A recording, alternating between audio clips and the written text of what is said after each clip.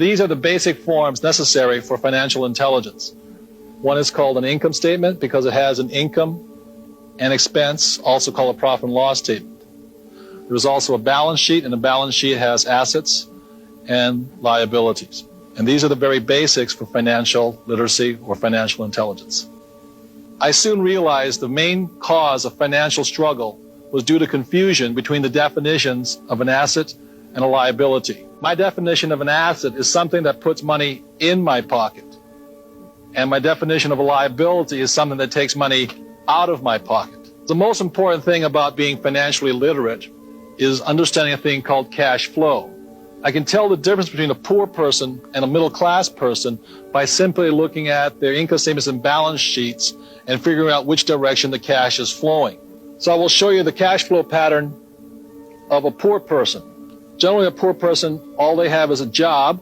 The income comes in from the job, goes down, they pay their rent, clothing, a little food, and goes out the expense column. And this is a cash flow pattern of a poor person.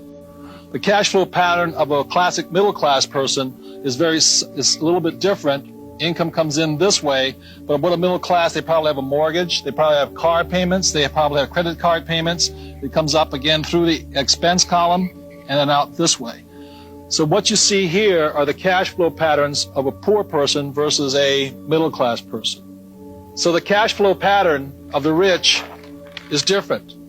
The cash flow pattern of the rich flows from the asset column into the income column. So while the poor and the middle class are focusing on income, what the rich are focusing on is the asset column. And the asset column is the great secret of the rich. So for those of us who weren't born rich and what we have is a job, every time money comes in, this is the point of choice. This is where you make the decision to be rich, poor, or middle class. If when this dollar comes in and you take the dollar out this way, then it's your decision. If you go and buy yourself a new t-shirt, cappuccino, a new lunch, then you're choosing to expense it right out. You're choosing to be a poor person. If instead, when you get a pay raise or more money, what you do is you go and buy a bigger house, a new car, or you take a vacation on your credit card, then what you are choosing to do then is to be a middle class person.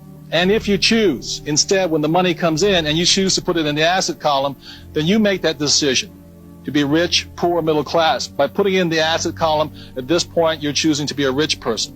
But the choice is up to you, nobody else.